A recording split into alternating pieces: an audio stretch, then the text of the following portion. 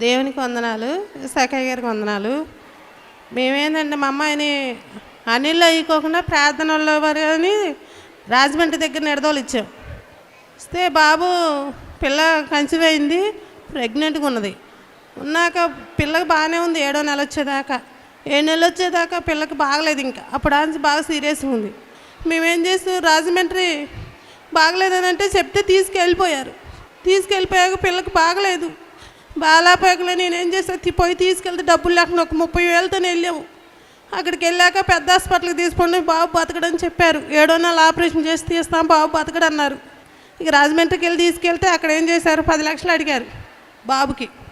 అయితే మేము కనీసం ఒక 20,000 కూడా పెట్టుకోవాలని పరిస్థితిలో ఉన్నాము. మేము 10 లక్షలు ఎక్కడ పెట్టుకుంటామని నేను అంటే ఇక ఎన్ని హాస్పిటల్ తిప్పినా చేసుకుంటున్నారు, సీరియస్ అన్నారు.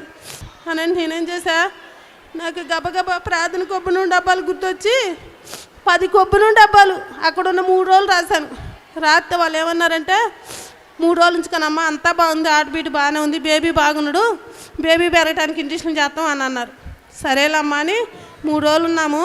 కేజీ బాగున్న బాబు 9వ నెల వచ్చాకనే అక్కడే దేవుడు చిత్తంలోనే 9 నెలలు వచ్చిన దాకా కూడా బాబు బాగానే ఉన్నాడు, క్షేమంగా ఉన్నారు. లోపల కడుపులో కూడా ఆటబీటు బాగా ఆడుతుంది అన్నారు. బాబు 3 కేజీలు 700 ఉన్నాడు. అయితే గొప్పది మేలు చేశాడు. ఆ కొబ్బరి నూనె ద్వారానే బాబు లోపల పెరగగలిగాడు. నాకైతే బాగా సంతోషం వేసింది. ఈ గొప్ప సాక్షిని దేవుడు దీవించును కాక.